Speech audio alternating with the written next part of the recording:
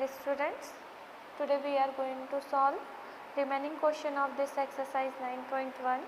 Question number 15. A straight highway leads to the foot of a tower.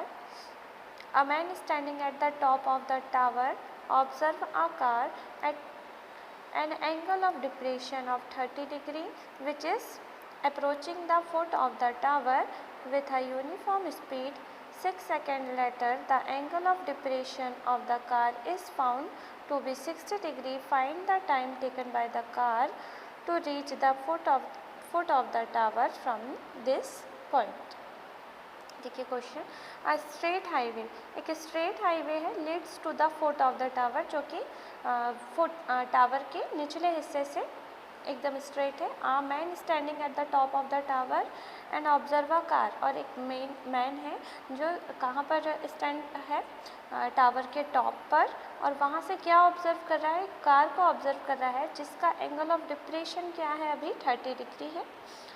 देखिए यहाँ हम diagram से समझ सकते हैं कि ये हमारे पास एक टावर है और ये स्ट्रेट लाइन है, स्ट्रेट हाईवे हो गया ये हमारा. अब यहाँ से देखिए मैंने यहाँ पे स्टैंड होकर ये कार को ऑब्जर्व कर रहा है जिसका एंगल ऑफ डिप्रेशन कितना बन रहा है, 30 डिग्री. एंगल ऑफ डिप्रेशन अपने अकॉर्डिंग एक एंगल ऑफ एलिवेशन क्रिएट करता है, तो ये भी होगा 30 डिग्री.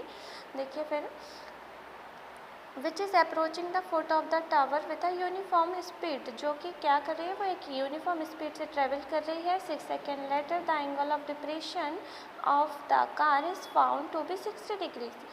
6 सेकेंड के बाद क्या होता है, जो कार का एंगल ऑफ डिप्रेशन है वो 30 डिग्री से इंक्रीज होकर क्या हो जाएगा, 60 डिग्री.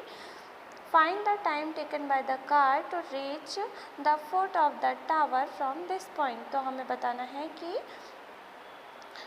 क्या बताना है, find the time taken by, car के द्वारा कितना समय लिया गया है to reach the foot of the tower from this point, इस पॉइंट से फुट ऑफ द टावर तक पहुंचने के लिए कार को कितना टाइम लगेगा. तो हमें ये टाइम बताना है. तो देखिए हमने क्या बताया है कि ए बी हमारा क्या है, टावर है.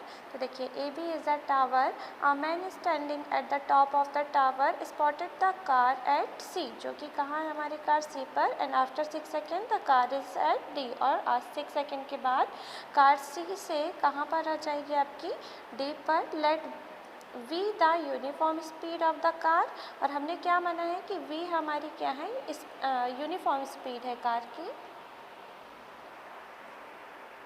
And t v the time taken by it to travel from D to B, और t क्या है हमारा, टाइम है जिस टाइम पे हमें d से कहाँ पर ट्रैवल करना है, b तक ट्रैवल करना है. देखिए सी डी यहाँ पर 6v होगा. 6v कैसे होगा, सी डी मतलब ये डिस्टेंस है, और डिस्टेंस का फॉर्मूला क्या होता है, स्पीड इनटू टाइम. तो देखिए हमारे पास स्पीड क्या थी, v, एंड टाइम कितना था, 6 सेकेंड. तो 6v यहाँ से यहाँ तक की डिस्टेंस हो जाएगी, और यहाँ देखिए टाइम d से b तक आने के लिए कितना टाइम लग रहा है हमें, t, और यहाँ स्पीड अभी भी वही उसकी सेम रहेगी. तो यहाँ bd की डिस्टेंस क्या हो जाएगी, vt. तो bc क्या हो जाएगा हमारे पास, vt plus 6v. Now we are taking right triangle ABD tan 60 degree is equal to AB upon BD. Value of tan 60 degree is √3 upon 1 h upon VT. By cross multiplication h is equal to √3 VT. Question 1. Now we are taking another right triangle ABC tan 30 degree is equal to AB upon BC. 1 upon √3. Value of AB is h and BC is VT plus 6V.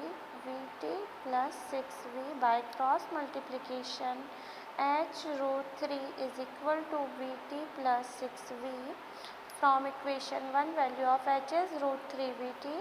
Putting value of h √3 VT into √3 VT plus 6V. √3 3VT. v common लेने पर क्या आ जाएगा, t plus 6. v से v cancel, 3t is equal to t plus 6, 3t minus t is equal to 6, 2t is equal to 6, t is equal to 6 upon 2, 2 1s are 2, 2 3s are 6. So value of t is 3 seconds.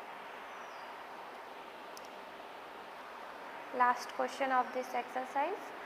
The angles of elevation of the top of a tower from 2 points at a distance of 4 meter and 9 meter from the base of the tower and in the same straight line with it are complementary.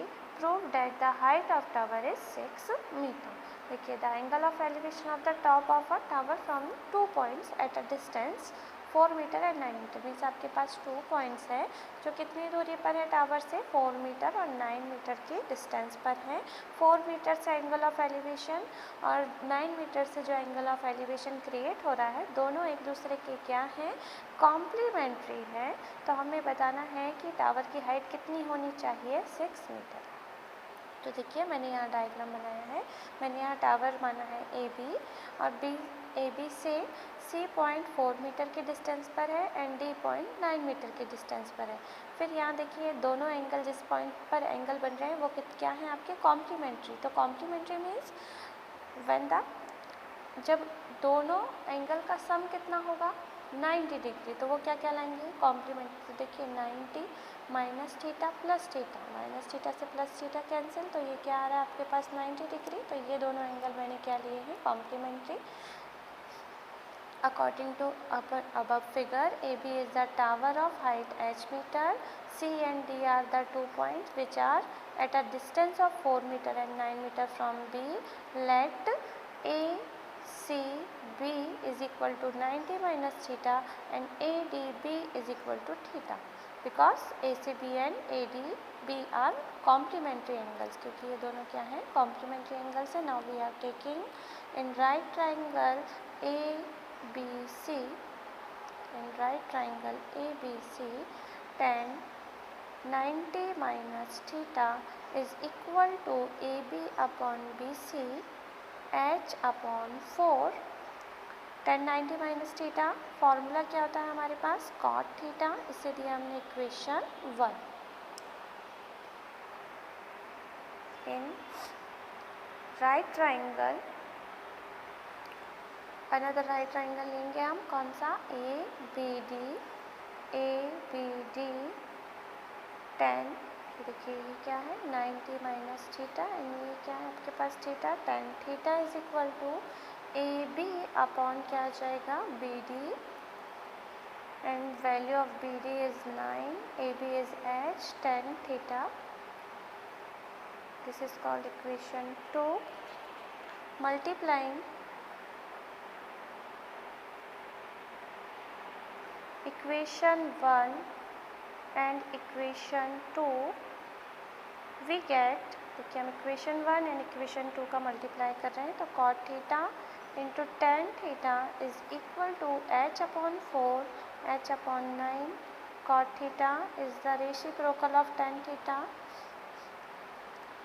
So tan theta is 1 upon cot theta, h into h square, 4 9s are 36, cot theta से cot theta cancel, 1 is equal to h square is equal to 36, h square is equal to 36, h is equal to root over 36, h is equal to 6 meter. देखिए आपको यही proof करना था. Hence